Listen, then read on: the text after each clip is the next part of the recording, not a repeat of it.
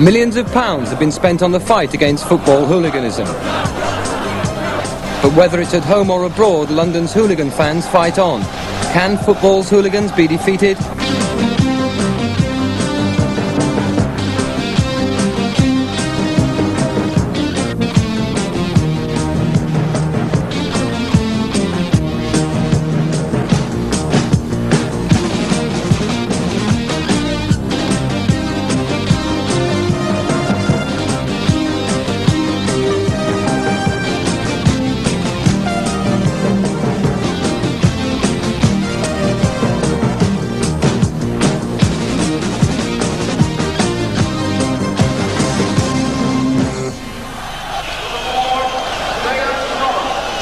The rioting that took place at last week's Spurs game against the Dutch team Feyenoord brought renewed calls for something more to be done to tackle football hooliganism. 40 fans went to hospital in Rotterdam, many with serious stab wounds. Before the match, Spurs fans had smashed up 2 cross-channel ferries and rampaged through the town. But this was only the latest in a series of incidents this season involving London fans. They've shown that despite all efforts to stamp it out, football hooliganism is still alive and kicking. In September at Brighton, hundreds of Chelsea fans invade the pitch. The fighting that follows leaves 4 policemen in hospital, 14 fans arrested, and this Chelsea fan in prison for 6 months. And in October, football hooliganism claims its 6th fatality in 10 years, when a 20-year-old Chelsea fan dies in hospital after being beaten up by rival fans following his team's game at Huddersfield. Coming to terms with football hooliganism has been a problem that's been exercising the minds of the public at large, the football authorities and successive governments for the past 20 years. But they still haven't managed to solve the problem. Despite all the attempts to stop him, the football hooligan just refuses to give up causing trouble at matches. To most people, the behaviour of football hooligans seems repugnant and mindless, but nevertheless, it makes sense to them. And understanding why this is provides the best chance of assessing what steps might be taken to solve the problem. Paul is a loyal Chelsea supporter who's often been involved in fighting at matches. Every Saturday for the last 13 years, he's travelled from his home on a council estate near Weybridge to watch Chelsea play football. When they're at home, like hundreds of other Chelsea fans, he meets his mates before the game for a drink in one of the several pubs around the ground. In the years he's been coming to Chelsea, he's seen them win the FA Cup and then be relegated twice to the 2nd Division. Yet his support for the club has never faltered. This is what it's all about. You're making phone calls all the week. Where are you going Saturday? How are you getting there? To me, it's what all I've got in life. I mean, I've got a nice girlfriend, I've had nice girlfriends and I've lost them through football, through going to watch football. But really, that's all I've got. I've got a nice home and everything, and parents and everything. But that's all I want, is football.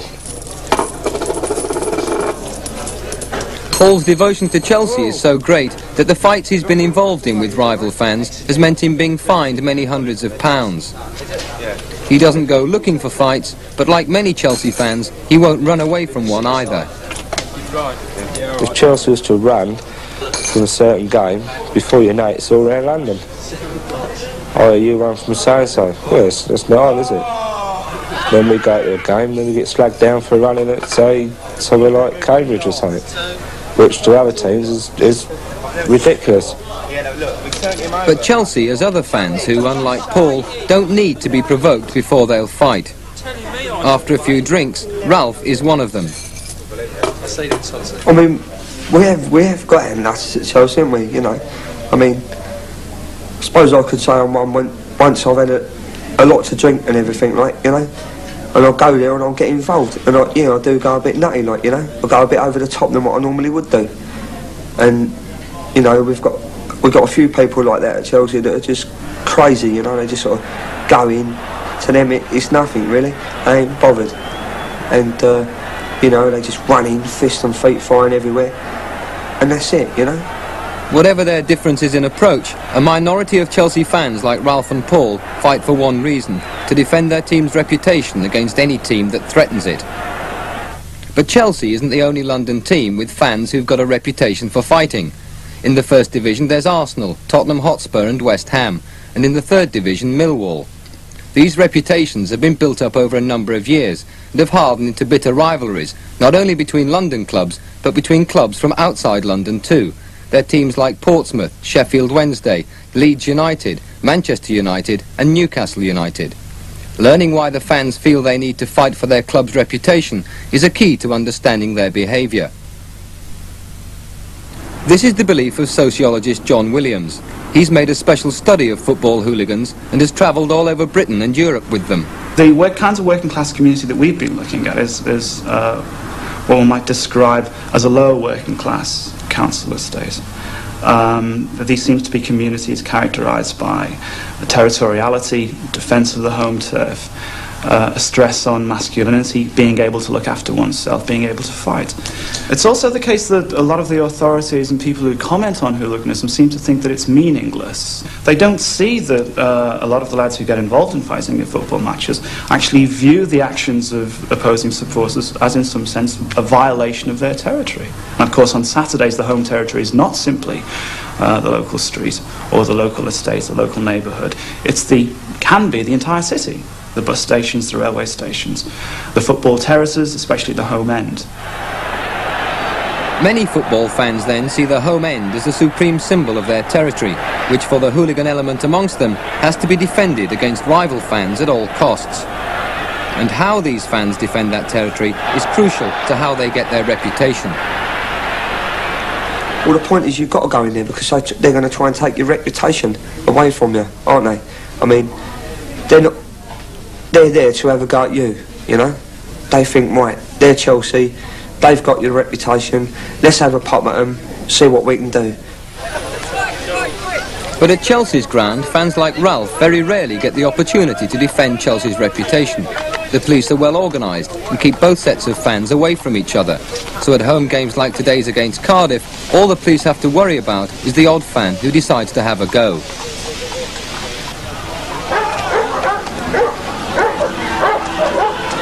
And they soon move in to stop incidents like this developing into something worse.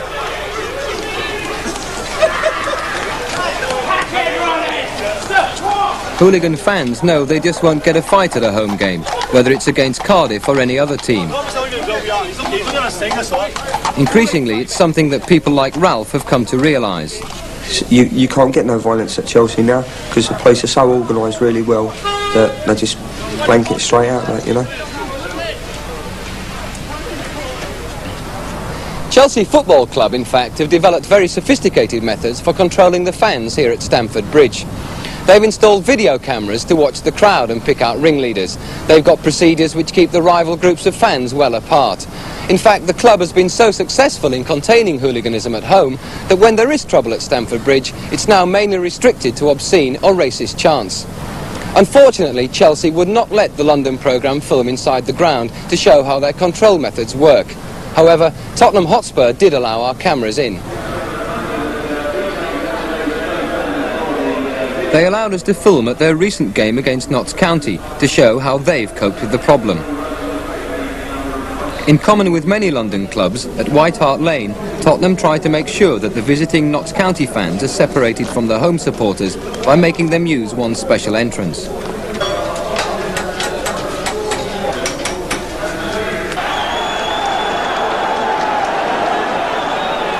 Once in the ground, they're segregated from the home fans by a series of steel pens.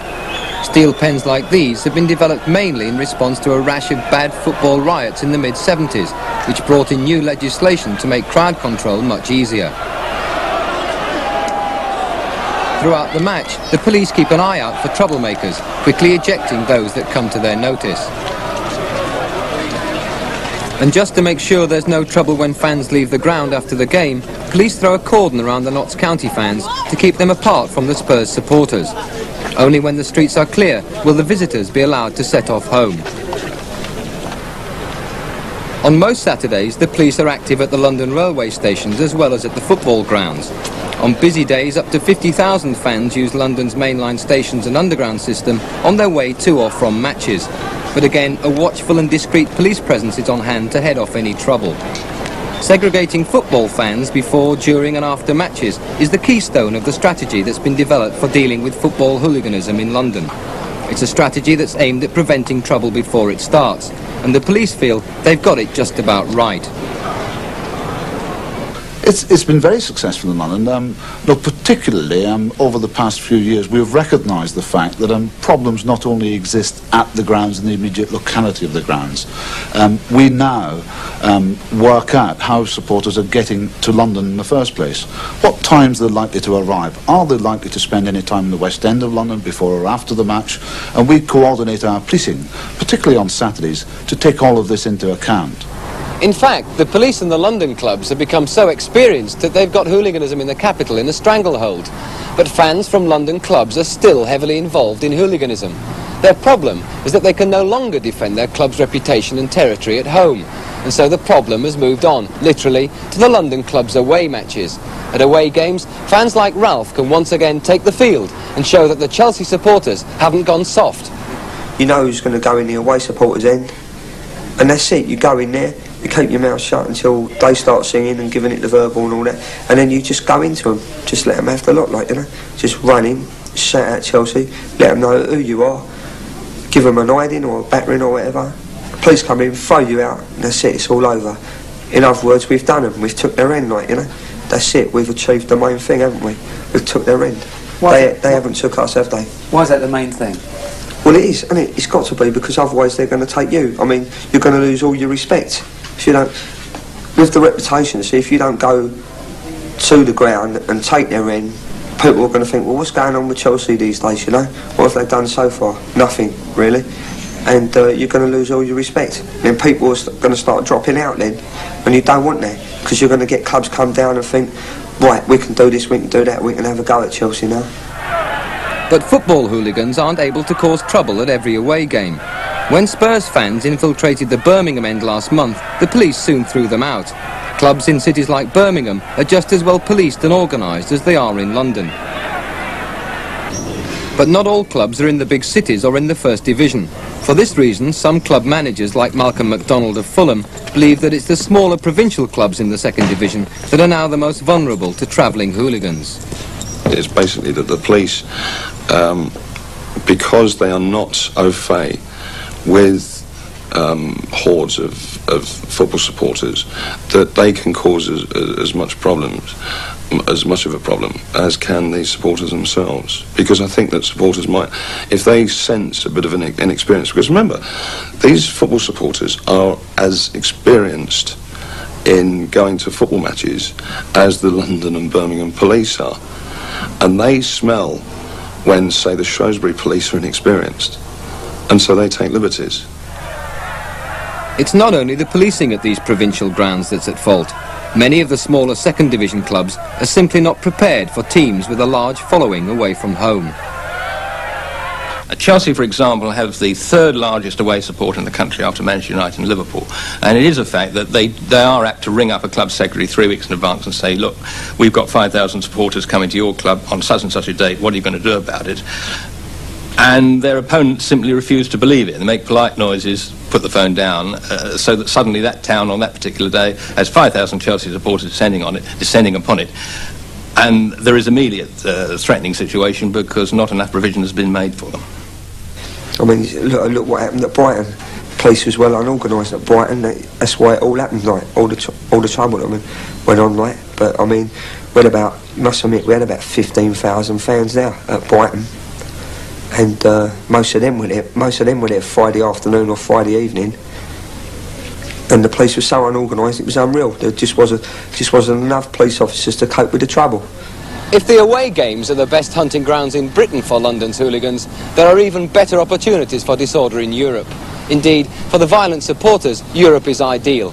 It offers big grounds, few restrictions and innocent police forces. The European matches are the hooligans' super away games. For them, last week's Spurs match against Feyenoord in Rotterdam was paradise. It was a match where reputations were at stake. 9 long years ago, Spurs were beaten in a crucial European game by Feyenoord, a match disfigured by vicious fighting on the terraces.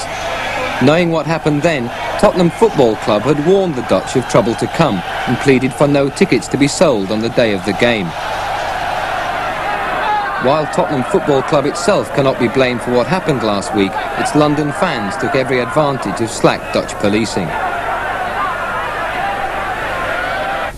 According to West Ham supporter Kaz Pennant, this is a pattern in Europe that looks likely to continue. Pennant has just spent a year in prison for stabbing a Sheffield fan, although he's always maintained his innocence.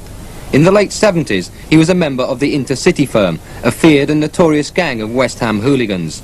He and a local journalist have just finished a book about the Intercity firm.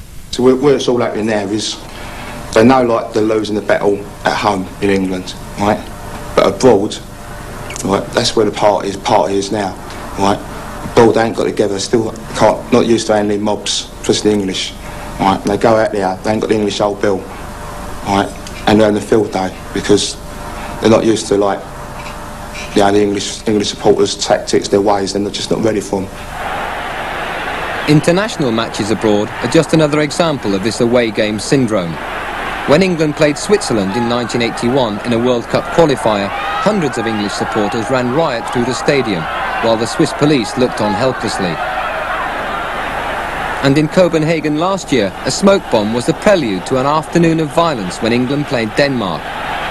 The police had no effective control procedures against mobs of English fans who fought with the Dutch fans on the terraces. Even plainclothes policemen like this one in the grey sweater were reduced to lashing out in desperation.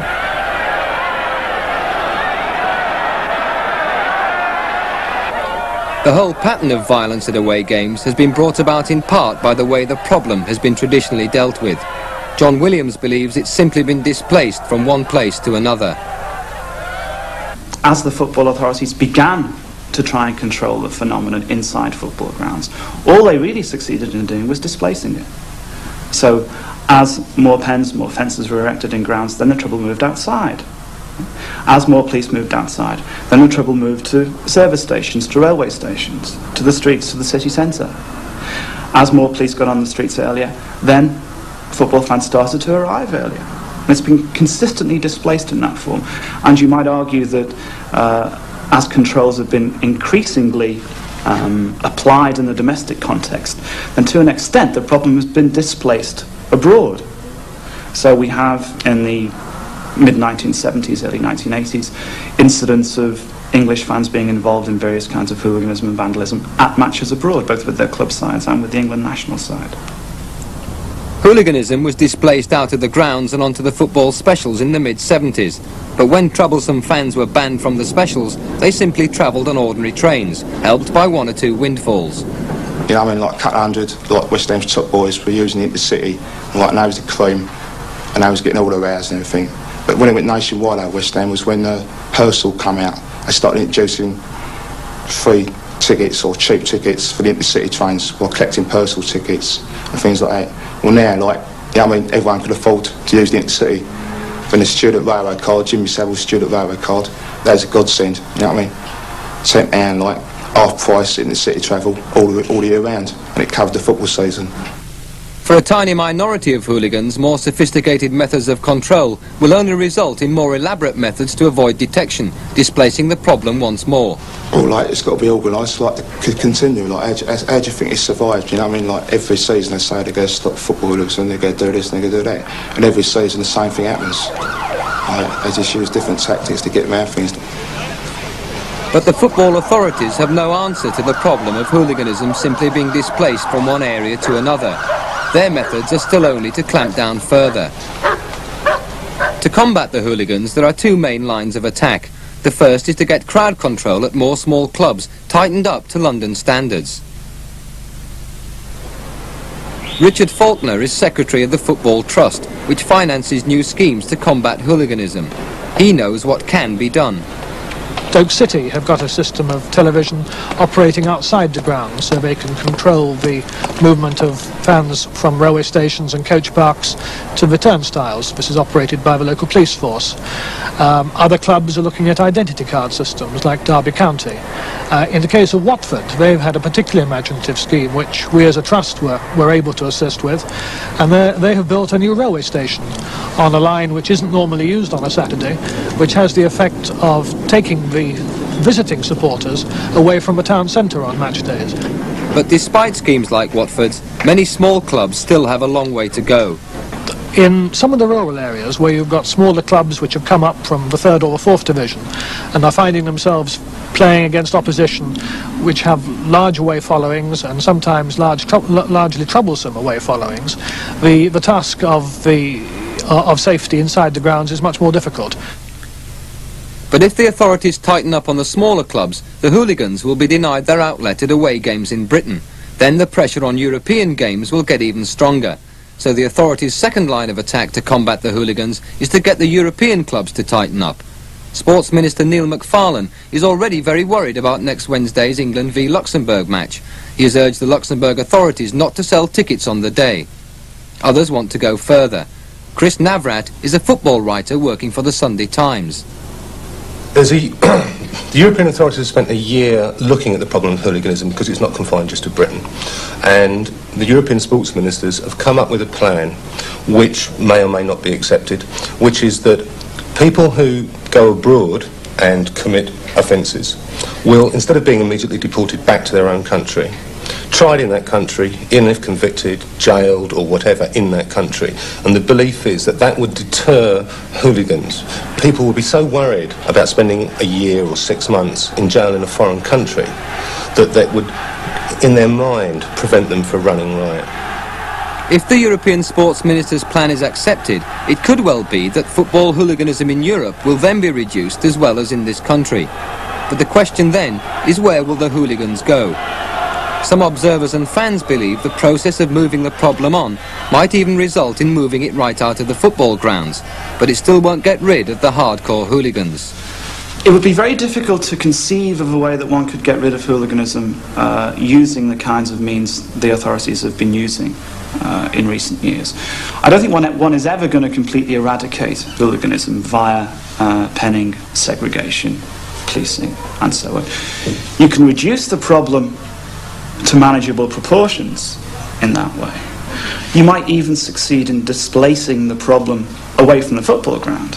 So, as far as the football authority is concerned, they might be satisfied with a situation in which at least hooliganism wasn't occurring within the ground, spilling onto the field and stopping matches.